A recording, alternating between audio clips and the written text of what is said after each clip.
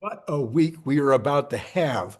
The first question will be, what is going to win on Monday morning? Will the Robotaxi ramp cause the stock to go, Tesla stock to go up, or will the nerves over Iran cause it to go down, or what's going to happen with the macro? Anyway, we're going to get into all of that. Also, how fast now is the Robotaxi ramp going to be? What is the minimum conservative number that it might be? I will look into that as well as all the earnings reports that are coming up this week, which is are there. They will definitely impact the market as we go forward. All right, let's talk about this first. If the macro is up in the morning, then I would expect another 5 to 8% Tesla move.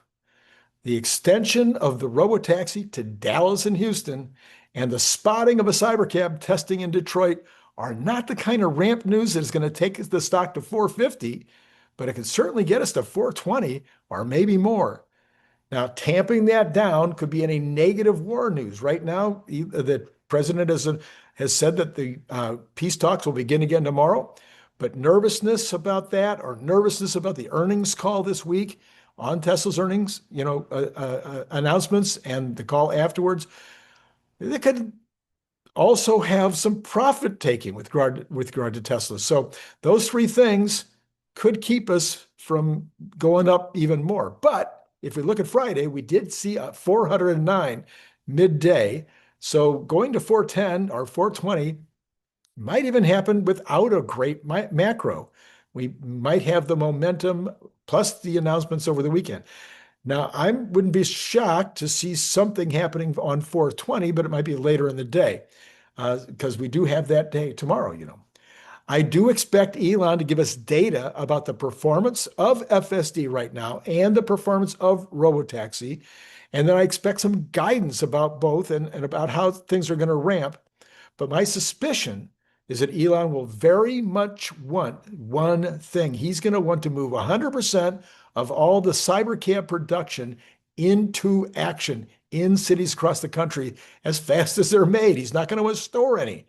So I went back and I took a look at the ramp of the Model 3, and I've just slipped the Cybercab into the Model 3 because the Model 3 went from March to December. This is going to be from July to December.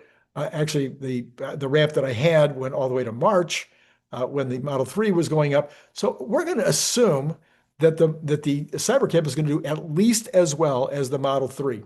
So let's just go along here. So this would be May would be 100 to 200 units. So next month, and this would be May. I'm sorry, no, April. April will be 100 to 200. I think we're already seeing that. We're getting 9 here, 20 there, etc. So maybe 100. Next month, May, would be 100 to 200 units. So not a huge increase as they continue to slowly make sure that they're getting everything right. Now in June, it pops up a bunch. We go to maybe 1,000 units in June. Now that's below what we might think it would do, but it could be as low as 1,000 units. So we're trying to be conservative here. July probably pops to between 1,500 and 2,000 units as they start to actually begin to ramp. In August, we can see 3,000 to 5,000 units. And then in September, 5,000 to 8,000 units. Just keep on going up and keep on going up. So then continuing on, you're going to be looking at 8 or 10,000 units a month or maybe more, depending on what the needs are. So how many shifts are we going to put on?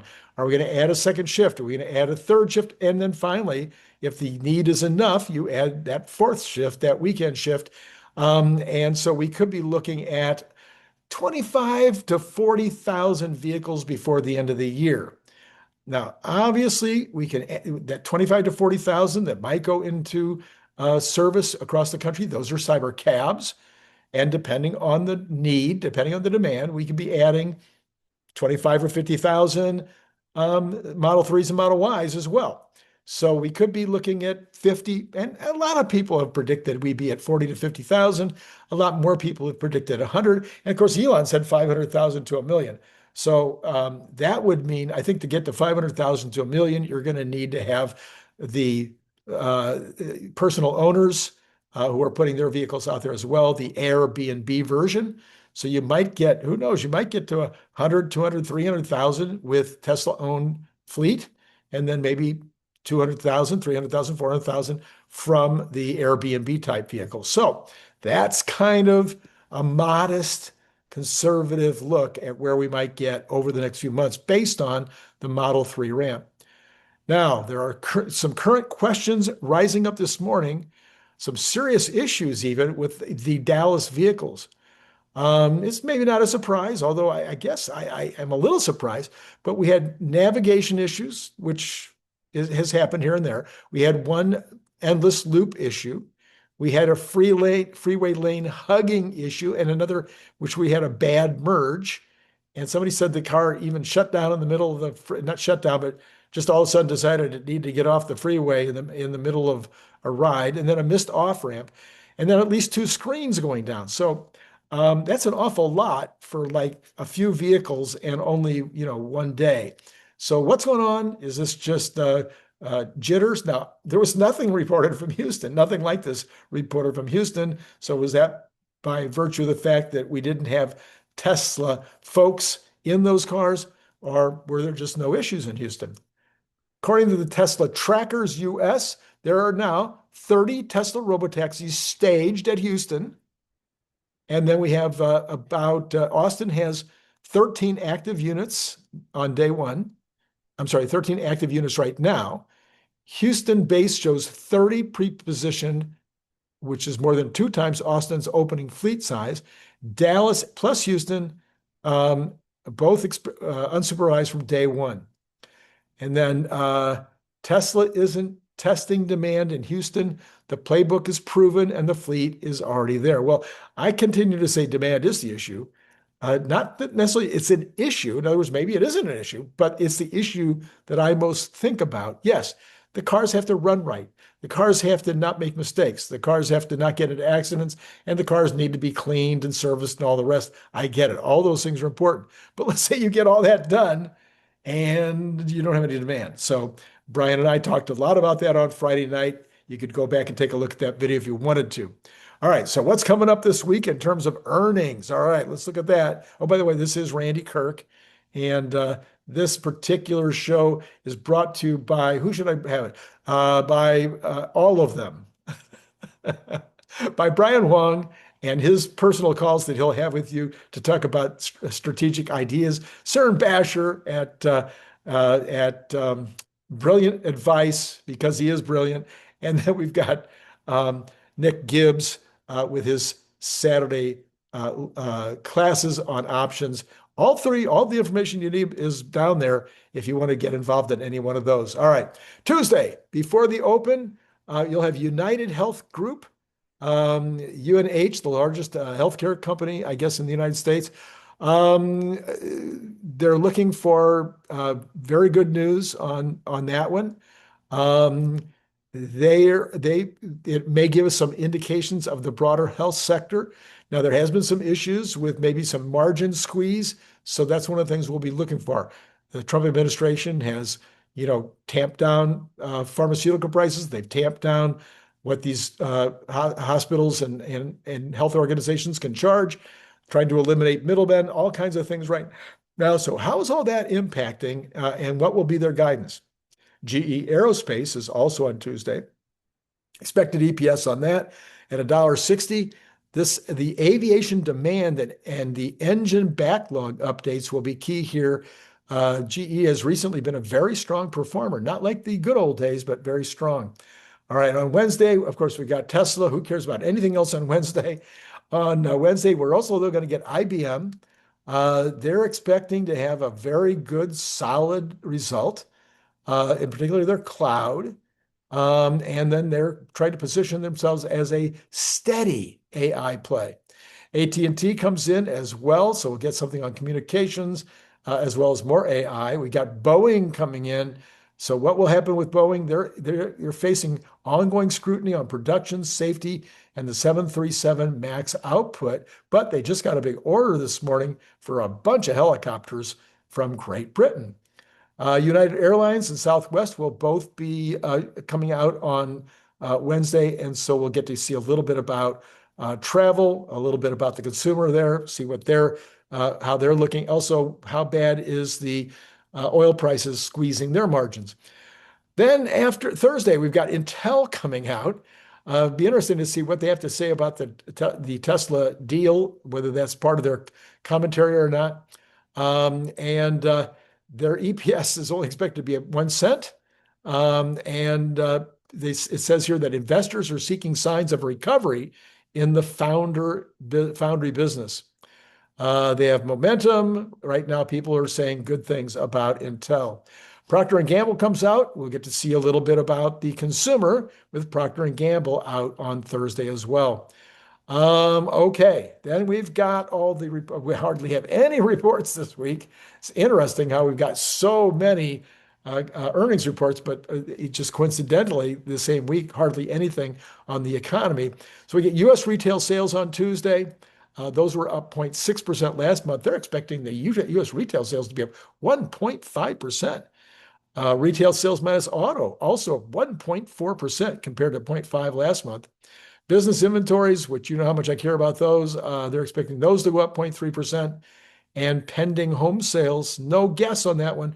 They went up 1.8% last month. So that was pretty good. I'm not sure. I have no guesses that are any different than their guesses. Initial jobless claims, 207,000 last week. They are saying it might be 210, or I'm saying it might be 199. I think it's not good. We're not going to have many weeks where we're like 230 or 240. I don't think so. S&P Flash PMI on this is Wednesday again? No, Thursday. On Thursday, S&P Flash U.S. Services last month was at 49.8. I think that's up. And then manufacturing at 52.3. I think that'll also be up based on what I'm hearing from all these other sectors. Then on Friday, consumer sentiment. The interim one, they do them twice a month, 47.6 on the last one. The prediction on this one is it'll be 49. Consumer sentiment improving, probably because the war is looking like it's going to wrap up and oil prices are coming down. All right, what about Truflation? Truflation has a 2.44 right now, which is down significantly from the 2.79. Goods is the reason it is down from over 3% down to 2.47. You got core inflation down to 2.0, and you got services up, actually, staying under 2% at 1.97. That's one of the reasons I think services PMI might be up. And then the PCE at 2.64, that is a little bit down from where it was. Food and housing represents about 50% of the CPI, are both deflating. So 50% of the CPI is showing deflation. Transportation, which was at about 1% prior to the Iran oil spike, is now around 5%. So we might expect that to come down closer to 1% again. Utilities are back to 2% with the fall in natural gas. They were up around 10% or 11% because of the craziness in the natural gas. Health is now under 2% for various reasons, mostly because of those Trump actions I mentioned earlier. Items that might be impacted by the tariffs and oil, the combination, the shipping charges, the fact that the products are held up, in the Straits of Hormuz, etc. So household items, clothing and shoes, alcohol and tobacco, they're all back up to around 5%, but they represent like 7% of the economy between all three. Communication is deflating, down 2.5%. Education has been very, very volatile, which is odd, and it's now sitting at 2.5. Recreation and culture, which might be partially impacted by oil prices for airline fees and whatnot. Airline tickets is now at 2.7%. And then the other category, which is mostly personal care items, is around 2%. The overall picture on inflation will suggest that if oil continues to come back down, the CPI will be down very, very close to, or maybe even below 2% in the near term, meaning the next 2 to 3 months. Even if home prices pick up, which is possible, that's a lagging indicator. We're likely to see 6 months or more of flat to negative housing prices in the CPI, even if the prices of the homes start to jump back up again, and rents definitely seem to be continuing at flat to negative. All right, so that's all I've got to tell you about the report for this coming week. I've mentioned before that I don't know what's going to happen with Tesla with regard to earnings. My best guess is that it'll be a little sloppy going into the earnings call because there's so many other things impacting. We go into earnings, and as usual, Elon will say all kinds of wild things, and the street won't get them. And so we might go down in the after hours, and the next morning we might go down. We might go down on Friday, and then on Monday everybody will go, "Oh, that's what he meant. I get it," and the stock will bounce back up again. And again, if we continue to see this ramp, I'd like to see, maybe 100, 200 cars out there, unsupervised, not making mistakes. Maybe 500 cars even be better. If we get up to around 500 cars and the economy is in decent shape and the macro is doing well, we will definitely reassert that 500 number and maybe 550, as Larry Goldberg mentioned on, is that Friday or Monday? Anyway, whichever one it was. All right, that's all I've got for you right now, and it has been great, as always, talking to you.